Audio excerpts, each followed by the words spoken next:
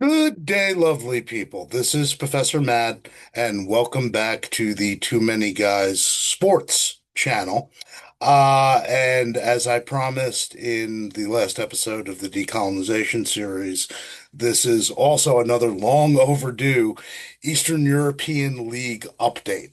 Uh, so bear with me here. We're going to go over the leagues that are on the spring autumn schedule first. So Kazakhstan and Belarus, whose league campaigns are they're at the midway point. Right. So, and then we'll talk a little Ukrainian Premier League, right, which kicked off this past weekend. Right. And we'll talk about a couple transfers of Eastern European players or players from the post-socialist space that are making moves. So let's get into it, shall we? Kazakhstan. Uh, we have a title race, and it's a really interesting one. So, at the moment, Kairat, the defending champions, and my Kazakh club are in first place on 43 points, and Astana, who dominated Kazakh football for the better part of the last decade and a half, are in second place on 40 points, but they have a match in hand, right? Their match on Sunday got postponed because playing. They're in. I think it's the Kazakh Cup. Right. So they're right. They're sniffing right behind them, and then Tobol is in third at 35 points, and that is kind of so. The Kazakh League, there's no guaranteed Champions League spot, especially with the new format and the coefficients. But so first place gets Champions League qualification. Second place gets Europa League, and then third place, I believe, gets European Conference League, so Europa Conference League qualification. So they're not guaranteed. The third place is technically European football, but not guaranteed.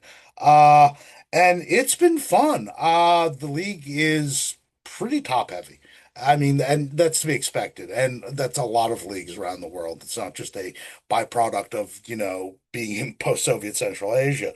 But it's been a fun title race. Kairat effectively is returned the same team as they had last year. Right.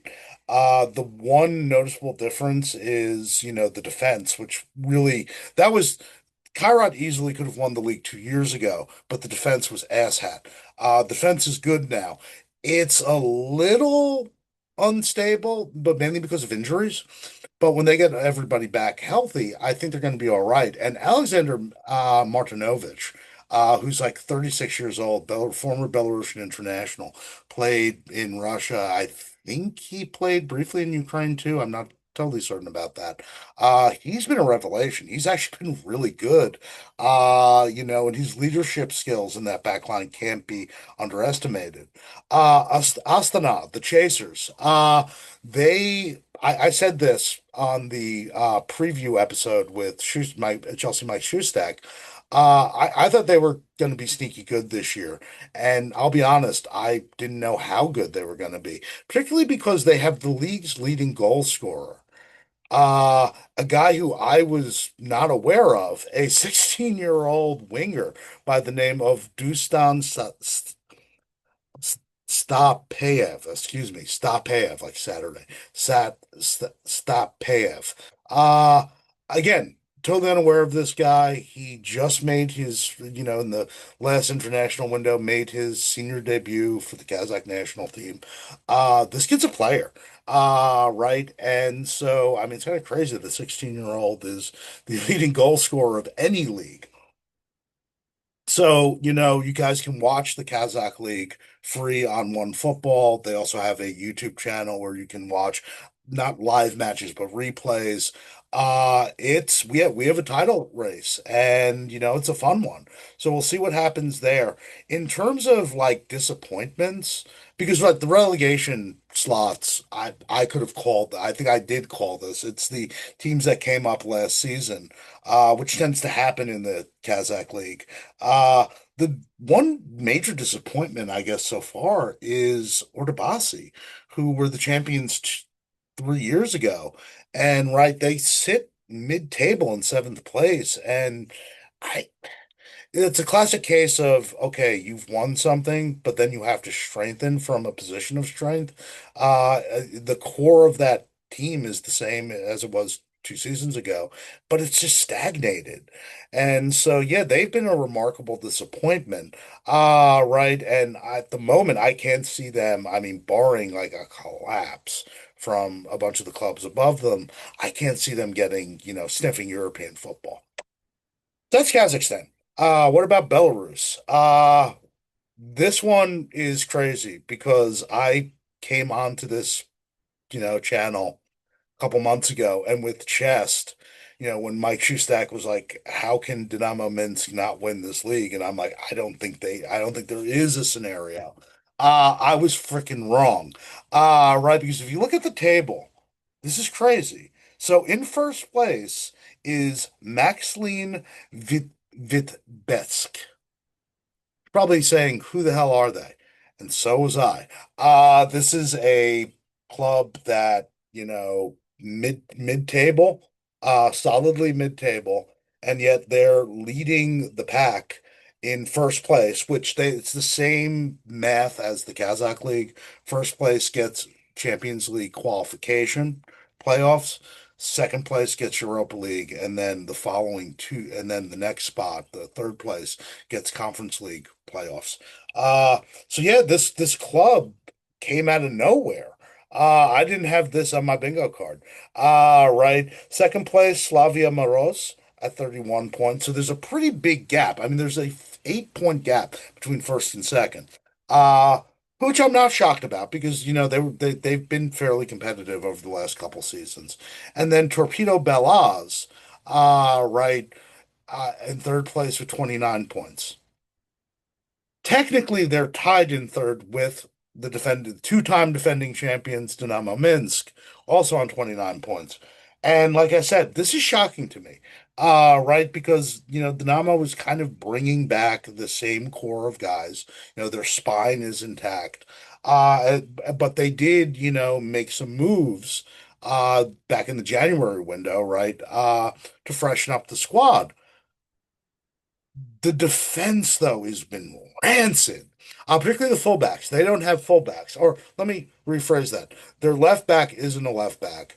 And their right back, I don't know whether he thinks he's like Trent. He doesn't want to defend. He goes forward, forward, forward, but he has no defensive acumen. He doesn't even try.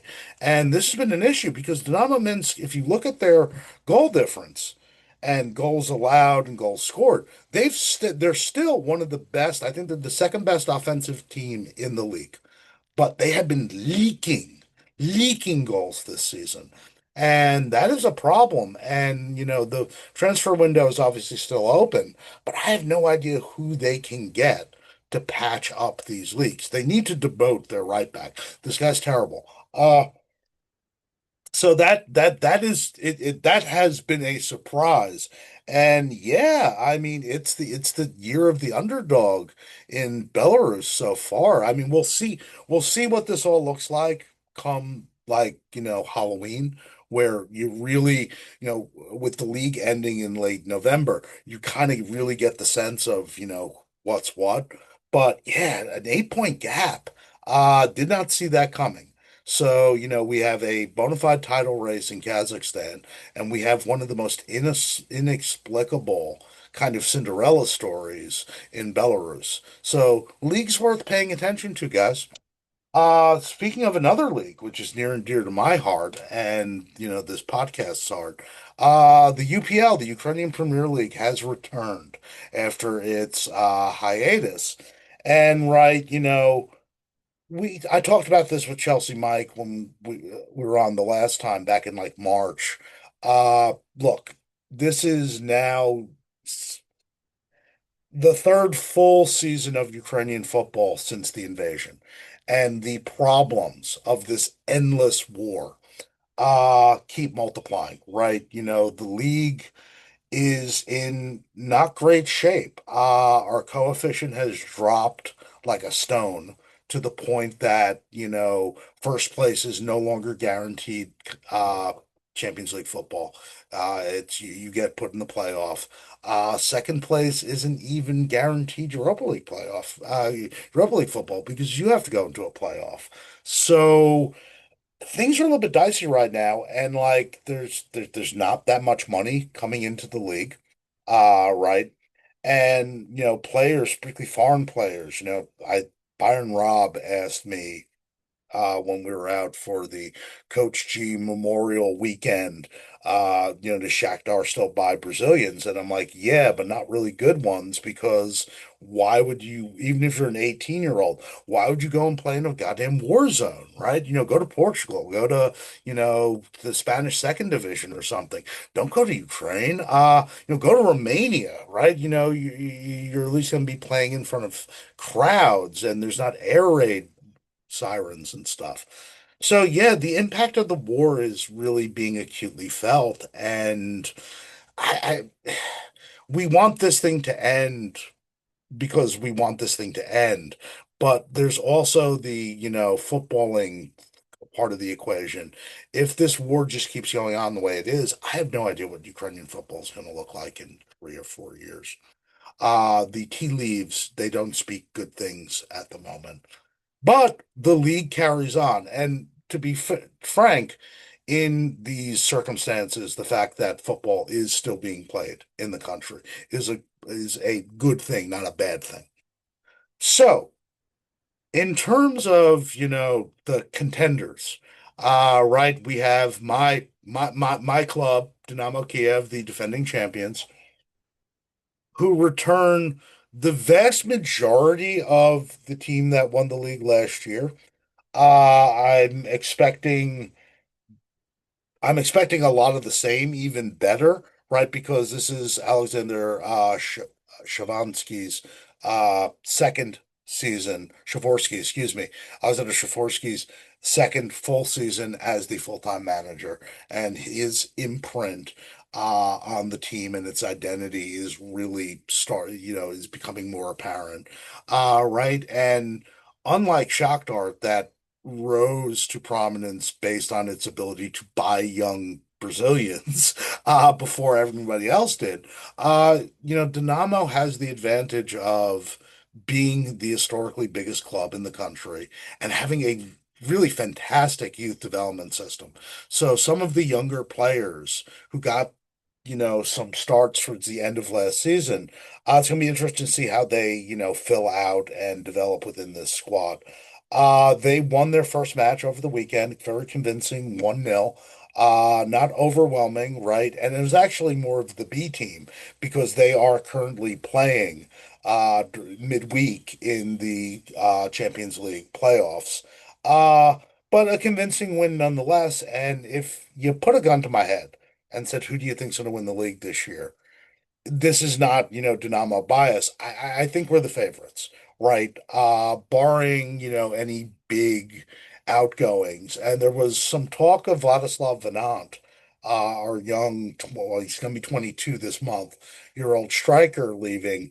That's looks like that's not going to happen at least until maybe the January window, right? Because Western European teams that have come in for him are not willing to pay our evaluation. Right. So, the squad is pretty much intact. Now we'll see what happens once, the European competitions start up, on if the form dips in the league or what have you. But I'm pretty confident. I'll say this with chest. I think we're the favorites. I think we're probably going to repeat as champions. Shakhtar, who also won their opening match 1-0, but less convincingly.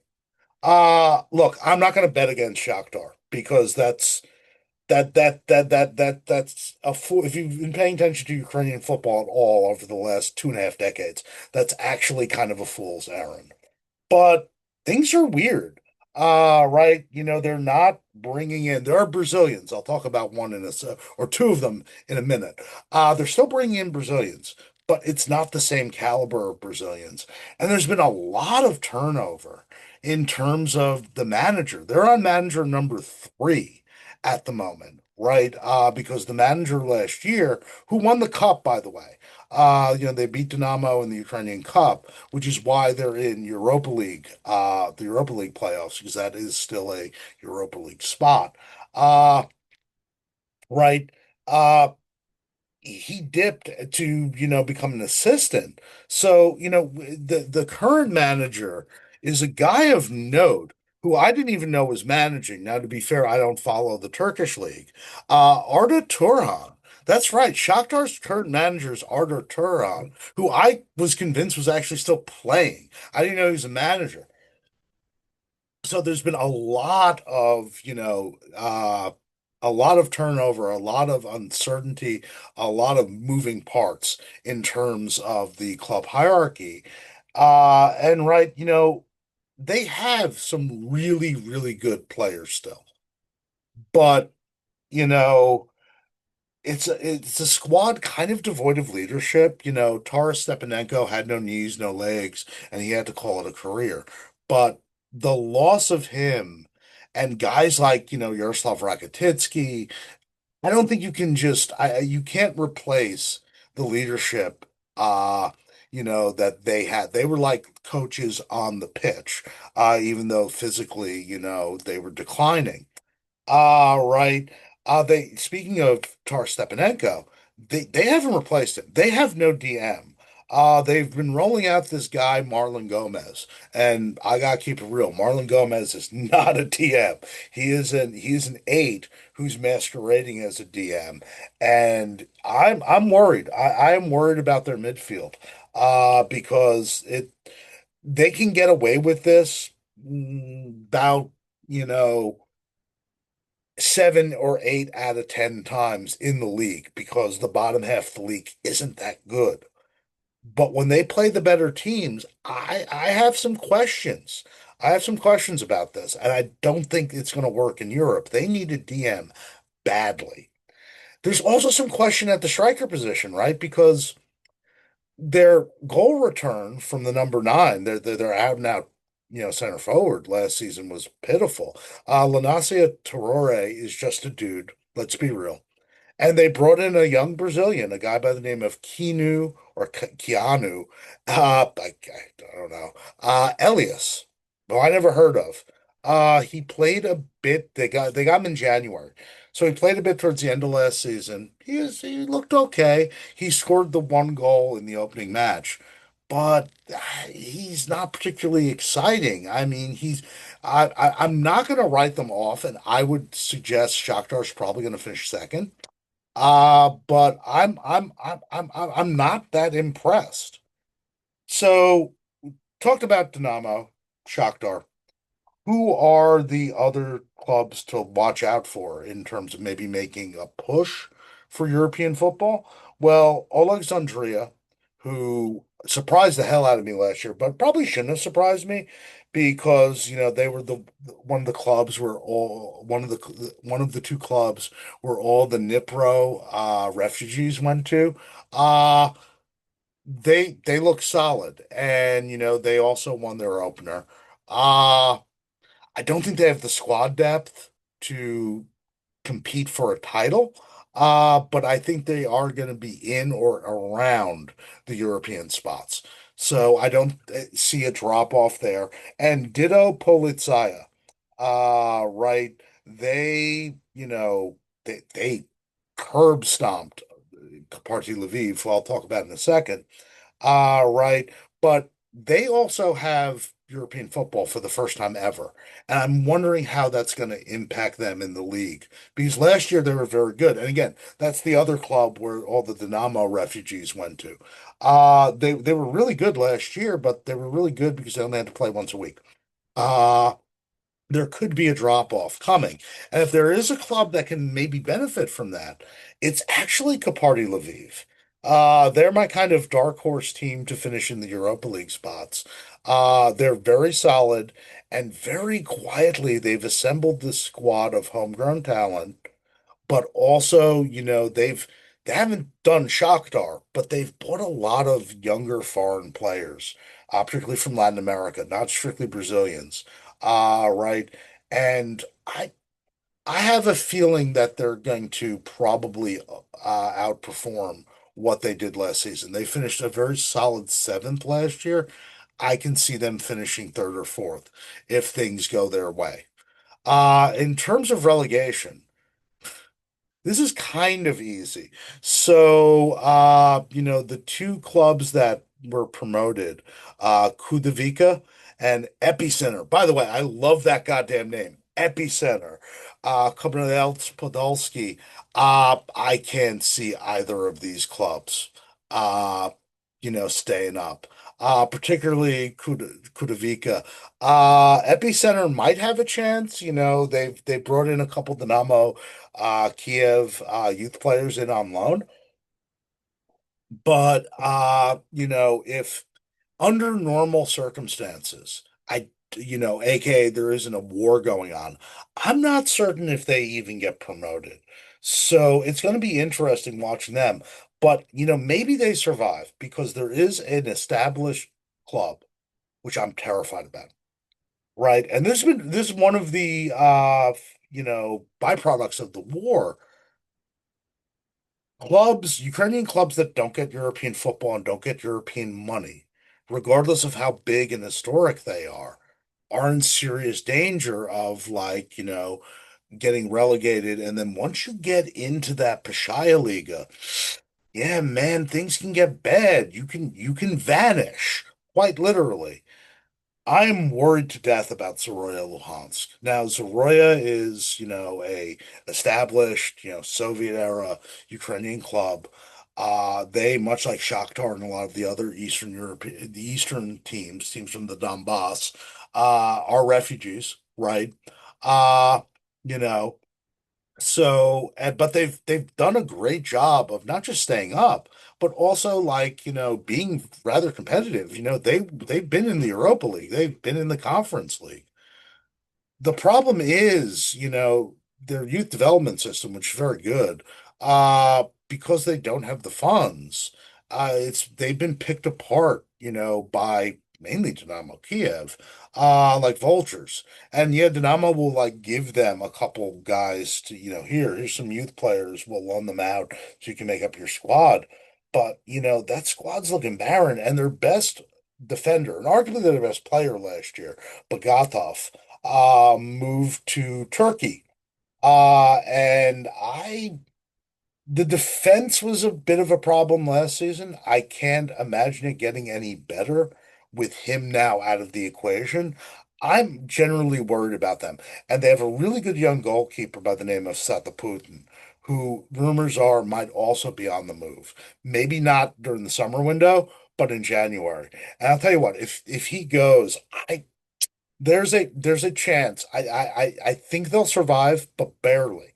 But there's a chance that they're going to be in this relegation conversation. But we'll see how that plays out. Uh, Transfers. Okay, there's two that happened and one which might happen of significance.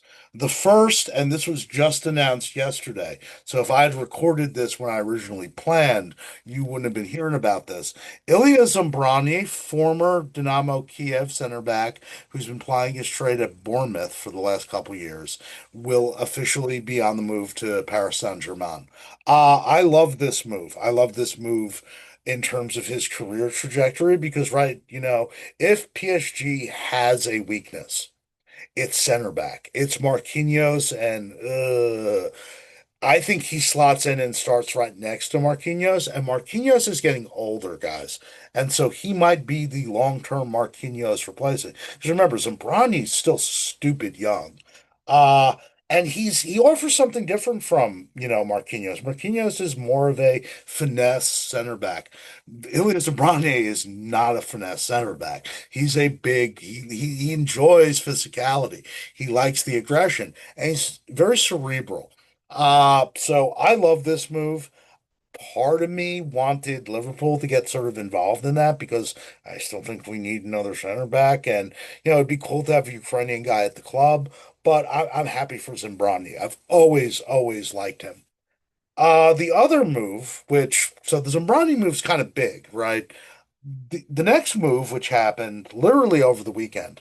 or right before the weekend. I think it was on Friday, which a lot of people didn't pay attention to, but I'm very intrigued by is the move of Opsobek Fazulhev from CSK Moscow, the league we don't talk about, to Besiktas in the Turkish capital. This kid is something else.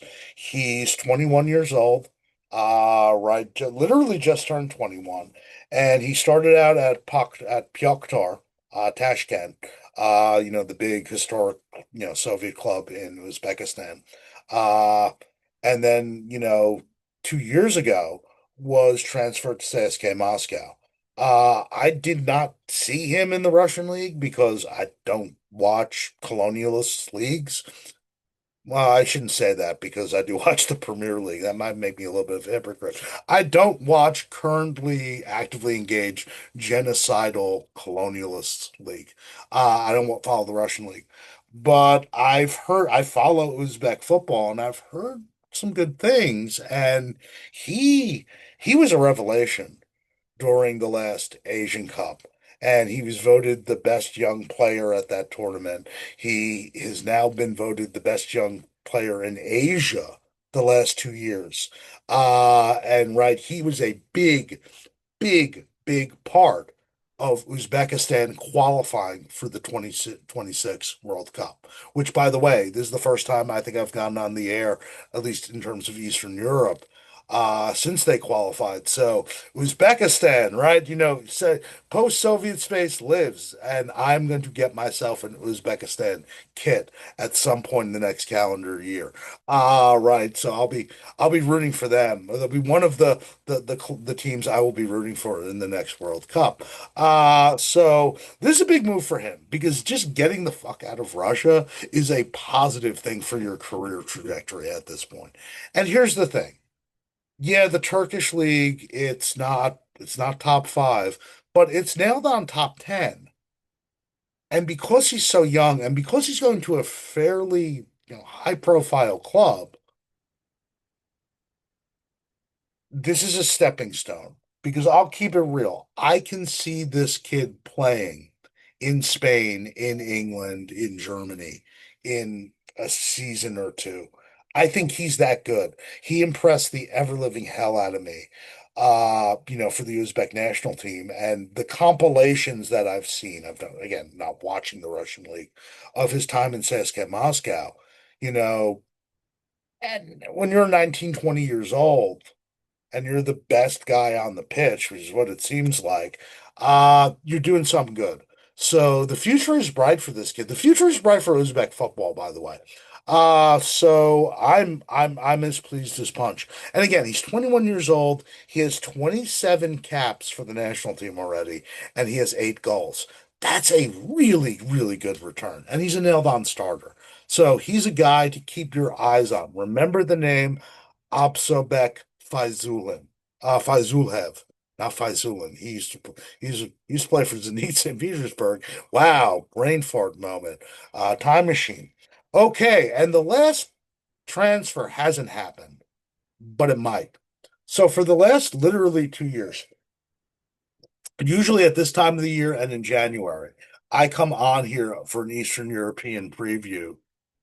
Apologies for the noises outside. The weather's actually nice today, and but people are doing work in our yard. Machines.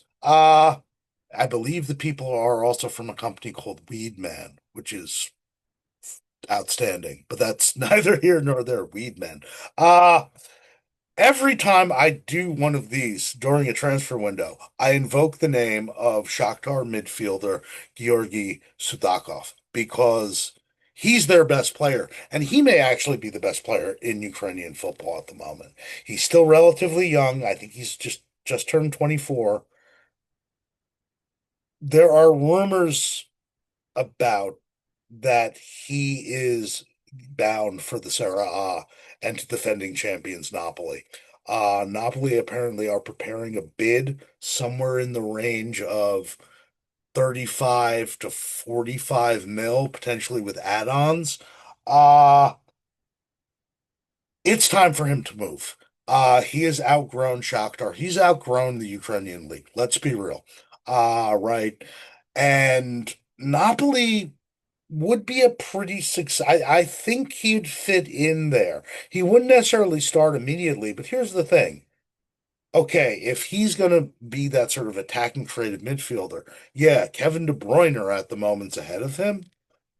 Kevin De Bruyne is freaking old.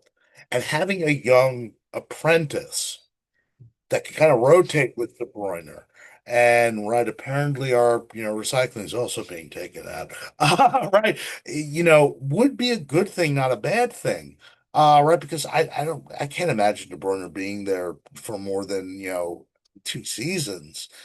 Signing this guy up, not just for the present but also for the future, makes a hell of a lot of sense. And, Shakhtar have rebuffed offers from other Western European clubs.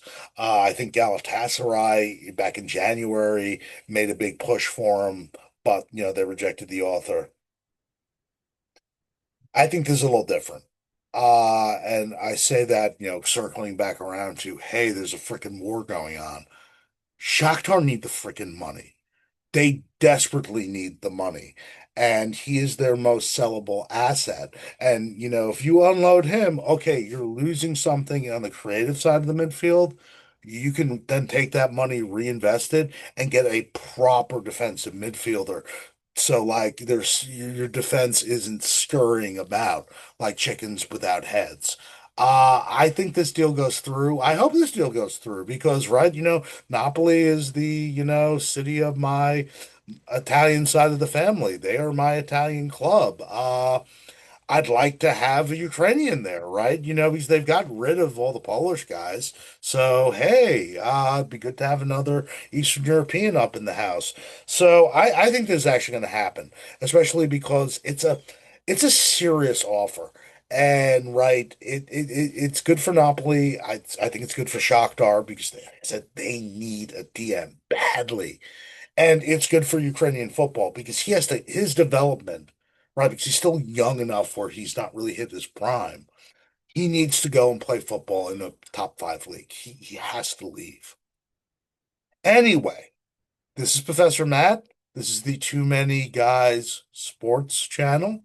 And it seems like I'm going to be in the house with Mike and maybe Chelsea Mike to discuss the Prem and the lower leagues in the not too distant future. So we're going to be back on a relatively regular clip, and I will be back just solo in probably a week or two to give you the Liverpool specific season, preview.